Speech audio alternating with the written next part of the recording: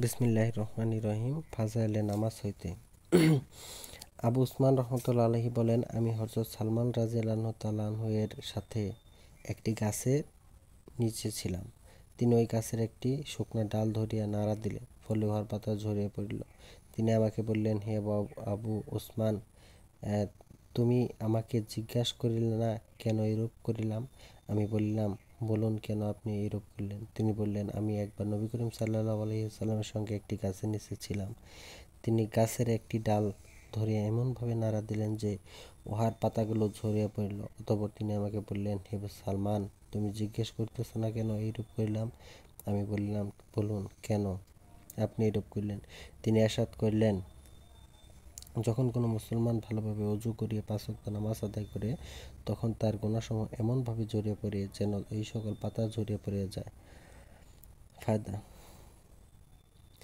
হযরত সালমান রাদিয়াল্লাহু তাআলা আনহু যে আমল করিয়া দেখাইলেন, উহা সাহাবায়ে কেরাম রাদিয়াল্লাহু তাআলা আনহুদের নবী করিম সাল্লাল্লাহু আলাইহি ওয়াসাল্লামের প্রতি এক মহব্বতের সামান্যতম নমুনা মাত্র। যখন কাহারও সহিত মহব্বত হয়, তখন তার প্রতিটি আচরণ তার ভালো লাগে, প্রতিটি কাজ ওইভাবে করিতে ইচ্ছা হয় যেভাবে প্রিয় ব্যক্তিকে করিতে দেখে।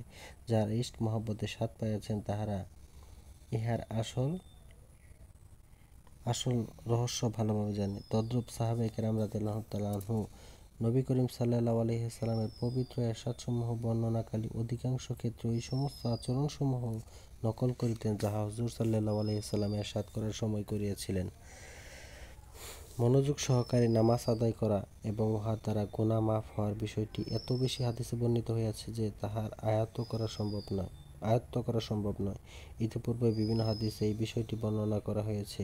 উলামায়ে কেরাম এই বিষয়টি সগীরা গুনাহের সাথে সম্পর্কিত করেছেন, যেমন ইতিপূর্বে জানা গিয়াছে, কিন্তু হাদিস শরীফে সগীরা কিংবা কবিরার কোনো উল্লেখ নেই, শুধু গুনাহের কথা উল্লেখ আছে।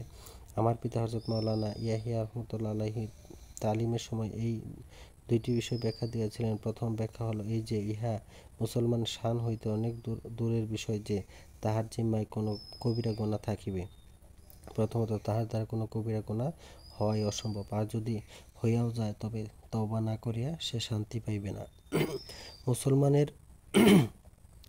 মুসলমানের শান তো ইহাই যে, যদি তাহার দ্বারা কোনো কবিরা গুনাহ হইয়া যায়, তবে যতক্ষণ পর্যন্ত সে অনুতপ্ত হইয়া চোখের পানির দ্বারা উহাকে ধৌত করিয়া না লইবে, ততক্ষণ পর্যন্ত তাহার মনে শান্তি স্থিরতা আসিতে পারে না।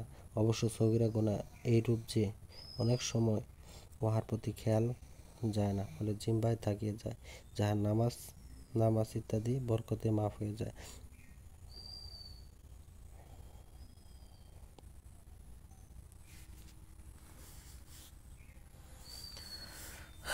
হযরত আবু হুরায়রা রাদিয়াল্লাহু তাআলা আনহু নবী করিম সাল্লাল্লাহু আলাইহি ওয়াসাল্লাম হইতে বর্ণনা করেন যে, তিনি একবার এরশাদ ফরমাইয়া বলে যে, যদি কোনো ব্যক্তির দরজার সম্মুখে একটি নহর প্রবাহিত থাকে, যাহাতে সে প্রতিদিন 5 বার গোসল করে, তবে তার শরীরে কি কোনো কিছু ময়লা বাকি থাকিবে? সাহাবায়ে কেরাম রাদিয়াল্লাহু তাআলা আরজ করিলেন, কিছুই বাকি থাকিবে না।